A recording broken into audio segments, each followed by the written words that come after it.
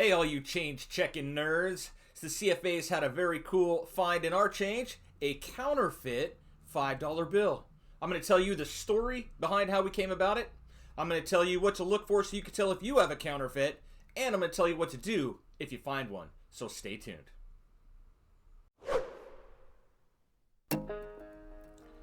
Hey everybody, CFA back with you. And yes, we had a very, very cool change find. Although I'm not exactly sure where we got it in change. I pay cash everywhere I go so I can check my change. Now, on notes, i.e. dollar bills, I always check the serial numbers. You know, I look at the date, look for anything unusual on it. But this one slipped past me. So here's how it happened, all right? We were going to go visit my grandmother. We haven't seen her in quite a while. It'd been probably a year since we'd been to her house. So we stopped at the grocery store on the way there. Because they sell flowers. We want to take some flowers to her. So we get our flowers. It's me and Mrs. CFA and CFA Jr. We get the flowers and we go to the self-checkout. All right. I always use the self-checkout because if you go through a teller or a cashier, excuse me, a lot of times there's someone who is also checking the change and they'll take out some of the good stuff. But if you go to the self-checkout, you might have some stuff that slipped by someone else previously or was spent earlier in the day or whatever, and you may get that in change. So I go to the self-checkout and I'm paying and I'm paying and I put my money in and I put a $5 bill in and it kicks it back at me. Do it again, it kicks it back at me, and it wouldn't accept it. And I'm like, oh man, sometimes it happens, you know, when they're wrinkled up or whatever. This one was a pretty circulated note.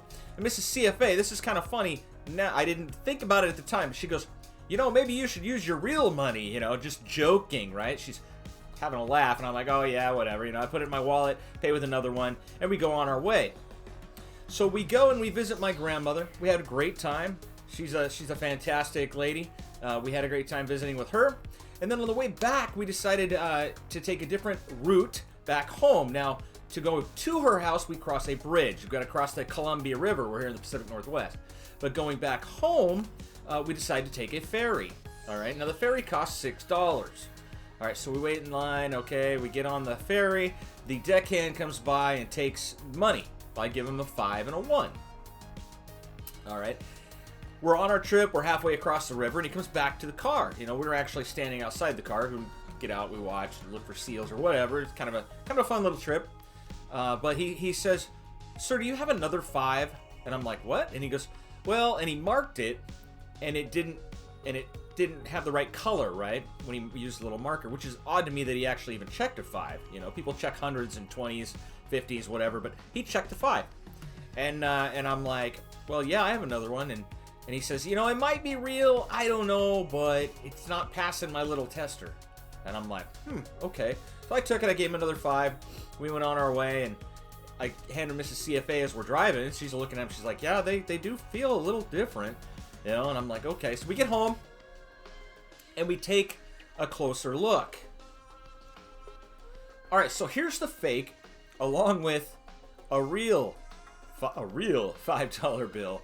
All right, now, upon closer inspection, I could see now that it is slightly shorter than the other, and it also has a little bit different feel and coloring as well. All right, when you put it under a light like this, then you can see that it's definitely a little bit different shade, color, and it also is missing that underlying security 5, and there's no security strip in the darn thing. So clearly a counterfeit, but a nice one, a very well done one, I should say. So it got by me. The serial number was nothing fancy, and that's normally the first thing I glance at, you know, and it at first glance, first feel, it seemed like a normal 5, but it wasn't. So where did I get it? As I said earlier, I'm not sure. I mean, I ate at a couple restaurants. I paid cash at grocery stores. I literally had like 7 different 5s in my wallet, and I'm not sure where that one came from. I wish I did know. But there's a lot of different places it could have come from. But still, very interesting find. Now, the U.S. government has some tips for you if you happen to find a counterfeit note. And here's what they say to do. Okay, this is from the U.S. Treasury, all right, online. They say if you suspect a counterfeit note or have information about counterfeiting activity, please report it immediately to the U.S. Secret Service or to your local police. Okay, this says for your personal safety, please do not put yourself in danger. Do not return the bill to the passer. I would say that's if you work at a cash register or a store or whatever, right? A restaurant, whatever it may be. Delay the passer with some excuse if possible. Observe the passer's description and their companions' descriptions and write down their vehicle license plate numbers if you can. I wonder if the deckhand on that ferry did that with us. Well, it's been a few weeks and I haven't got a knock on the door from the U.S. Secret Service yet. So, contact your local police department or call local U.S. Secret Service office. Write your initials and date in the white border area of the suspected counterfeit note. I did do that. When we found it. I did do that. Let's see, what else? Do not handle the counterfeit note. Oops, I already did that. Place a protective cover, plastic bag. I suspect that is all about getting a fingerprint or something like that, or DNA off it maybe, I don't know. But the thing had been in my wallet for a while and been handled by several people since, so. Surrender your note or coin only to a properly identified police officer or Secret Service agent, and mail it to your nearest U.S. Secret Service field office. Please note there is no financial remuneration for the return of a counterfeit bill, but it is doing the right thing to help combat counterfeiting. So there you have it. There's the suggestions from the U.S. government if you suspect you found a counterfeit note. Alright, well, I hope you guys enjoyed this little story of a cool change find. You never know what you might find in change. I need to add or make a new CFA field guide that's all about counterfeit money, maybe. What do you think? If you found some counterfeit money, we'd love to hear the story. Send us an email. We'd love to show the world and show how you knew it was counterfeit. Could be coins or dollar bills. Alright, so hope this was educational for you.